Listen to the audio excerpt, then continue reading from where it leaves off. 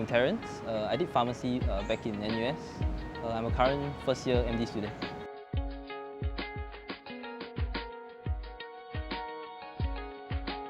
I started my pre-registration training, which lasted for about 9 months back in Tan Tock Seng Hospital.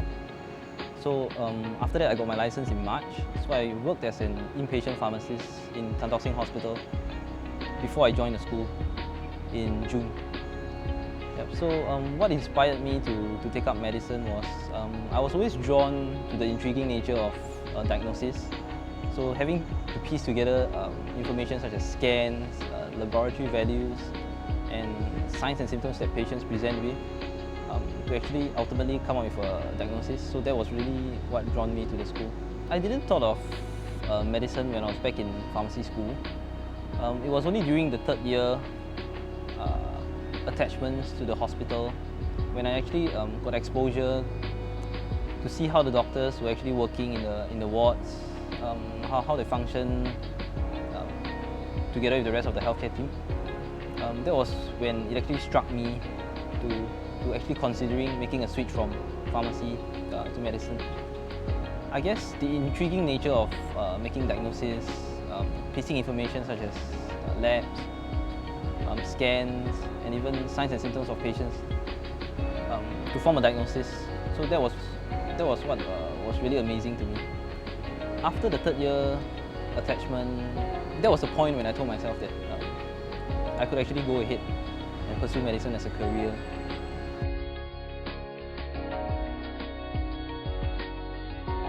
I started my pre-registration training back in Tan Tock Seng Hospital, so that gave me an exposure to to see how the doctors were working back in the wards. So I could see how they function in multidisciplinary teams, working together with other allied healthcare professionals. So in addition to that, having done my undergraduate in pharmacy allowed me to have more inputs when it comes to discussions concerning pharmacotherapy, for example, side effects that patients were more concerned with, and any drug interactions that we should be aware of when choosing therapy.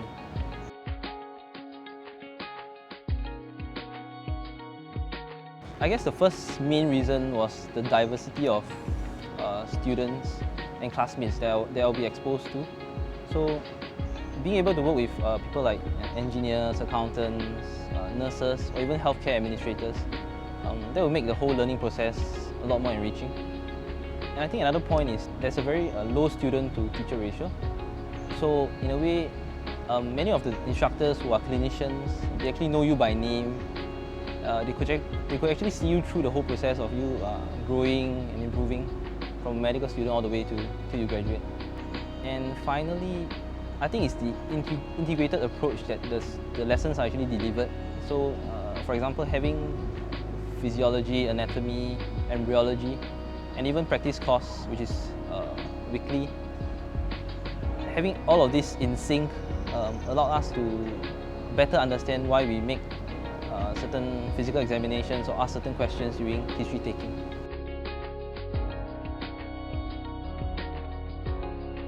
So far, it has been fulfilling.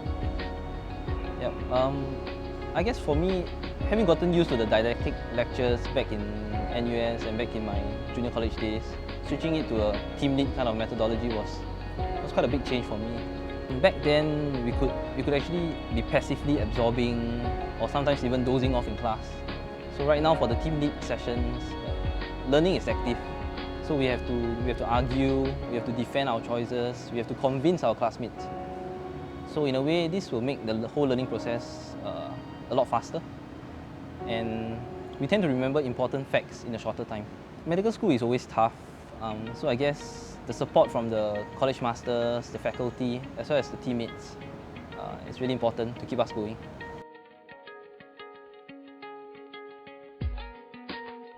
One advice that I really got from one of the professors during my interview was that anyone who's applying to Duke NUS should consider carefully because they have to look beyond the 4 years of studies.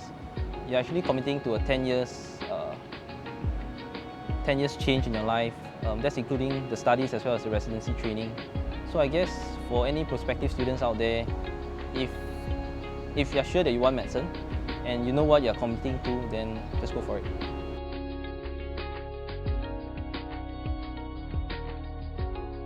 Because the whole application process can be quite tedious, so it'll be good if you can start early, start to get the letters in early, look for mentors, research mentors that can write you recommendation letters. MCAT is not on throughout the whole year, so it's important to take note of the dates and prepare early.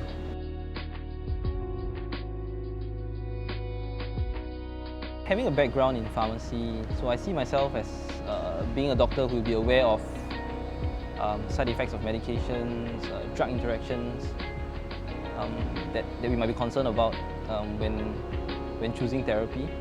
I guess that will give me an edge over others when it comes to selecting pharmacotherapy. So having a background in pharmacy will allow me to be aware of side effects that patients are most concerned with, or even drug interactions that we should be aware of when choosing pharmacotherapy. So I guess this will give me an edge over others when it comes to being aware of all these problems.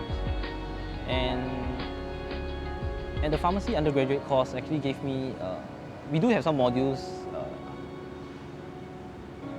concerning pharmaceutical chemistry, analysis and all that. So in a way, I'm aware of how drugs are developed right from the beginning all the way to clinical trials, until how it can be used in the wards.